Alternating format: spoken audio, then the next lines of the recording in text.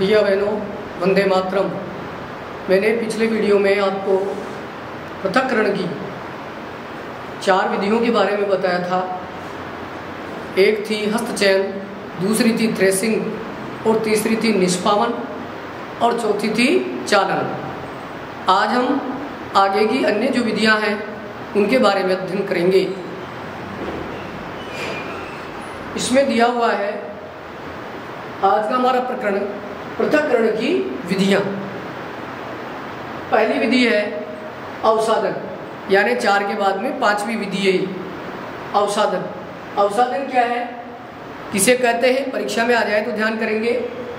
इसकी परिभाषा है मिश्रण में, यानी 2 या 2 से अधिक जो पदार्थ मिले हुए हैं, मिश्रण में जल मिलाने पर भारी अवयवों के नीचे तली में बैठ जाने की, मिश्रण में ध्यान देंगे, जल मिलाने पर भारी अवयवों के नीचे तली में बैठ जाने की क्रिया को अवसादन कहते हैं। जैसे ये क्रिया कहाँ काम में आती है, आपकी माताजी है, वो जब दाल बनाना चाहती है, चावल बनाना चाहती है, तो आप देखते होंगे कि वो उन्हें पहले क्या करती है, एक बर्तन के अंदर लेकर के दाल या चावल को और फिर उसमें पानी डालती है और पानी डाल करके और वो थोड़ा बहुत उसको हिलाती है, जिससे कि उसमें जो अशुद्धियाँ हैं वो अलग हो जाए और तैर करके ऊपर आ जाए हल्की अशुद्धियाँ, और जो भारी अशुद्धियाँ हैं वो नीचे बैठ जाए, और जो दाल है या चावल है बर्तन में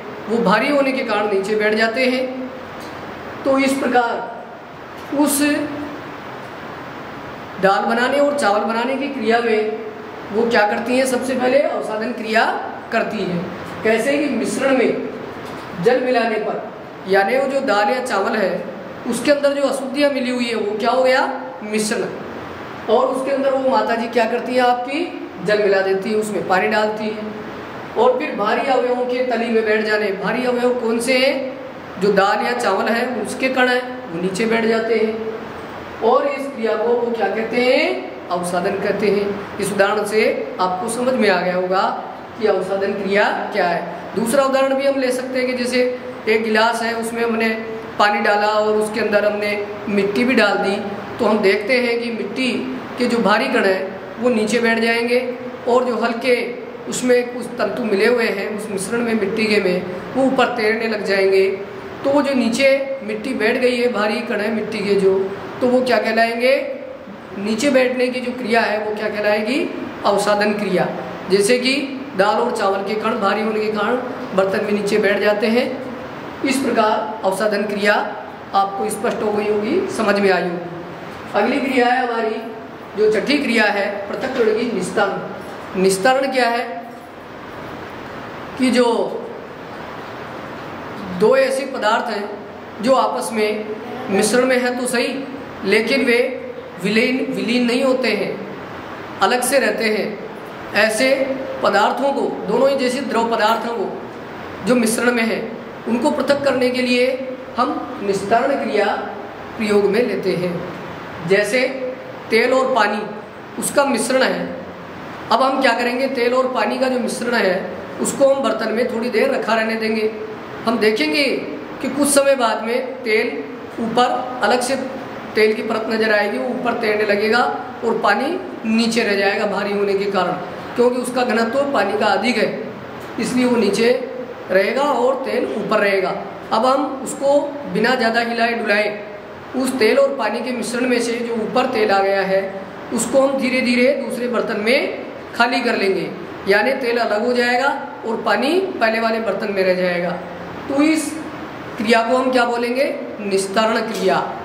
या इसी प्रकार जो पानी है उसके अंदर हमने अभी बताया था पिछले इस अवसादन वाले में कि मिट्टी डाली है, मिट्टी के जो भारी कण नीचे बैठ जाएंगे और जो हल्के कण हैं, जो कोई तिनके हैं या पत्तियां हैं वो ऊपर तैरेंगी, उनको हम बिना हिलाए डुलाए ऊपर से जो निकाल लेंगे तो वो क्या कहलाएगी, निस्तारण क्रिया।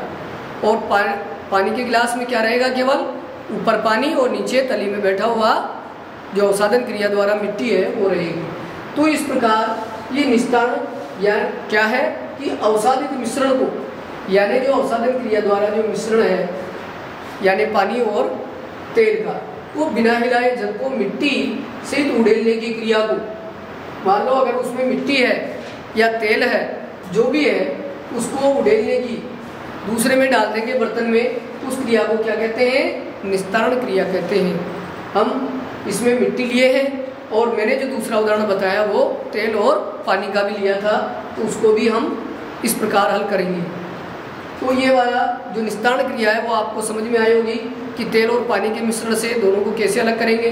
और अगर मान लो मिट्टी है और पानी है उसका मिश्रण है, तो अवसादित जो मिश्रण है यानी मिट्टी नीचे है और तेल वो पानी ऊपर है, तो उसको बिना हिलाए डुलाए हम पानी को अलग कर लेंगे और मिट्टी वो नीचे रह जाएगी, तो ये अवसादित मिश्रण कहलाएगा इस प्रकार का। और उसमें निस्तारण क्रिया द्वारा हम पानी को और मिट्टी को अलग अलग कर लेंगे। इस प्रकार ये निस्तारण क्रिया हुई कि किसे कहते हैं। अब तीसरी यानी सातवीं जो हमारी जो पृथक्करण की क्रिया है पदार्थों की, वो है निशंदन। निशंदन को अंग्रेजी में बोलते हैं फिल्टर करना। अब ये आप देखते होंगे कि अपने घर में जो हम चाय बनाते हैं रोजाना, तो चाय को अलग करने के लिए हम क्या करेंगे? चाय की पत्ती डालते हैं हम ठोस रूप में और उसमें पानी भी मिलाते हैं और उसके अंदर दूध भी डालते हैं और कोई मसाले भी डाल सकते हैं, जैसे लौंग है, इलायची है, तुलसी जी के पत्ते हैं, अदरक है। तो ये सारी चीज़ें क्या है? ठोस है। चीनी है, ठोस है, लेकिन चीनी तो क्या है? विलीन हो जाती है जल में और दूध में। लेकिन जो अन्य चीज़ें हम डालते हैं जैसे चाय की पत्ती है या मान लो तुलसी जी के पत्ते हैं, अदरक है और लौंग या इलायची हमने जो भी डाली है, वह एकदम उसमें विलीन नहीं होती है, उसका केवल रस ही उसमें निकल पाता है। तो हम क्या करेंगे? उसको चलनी के द्वारा छानेंगे किसी दूसरे बर्तन में।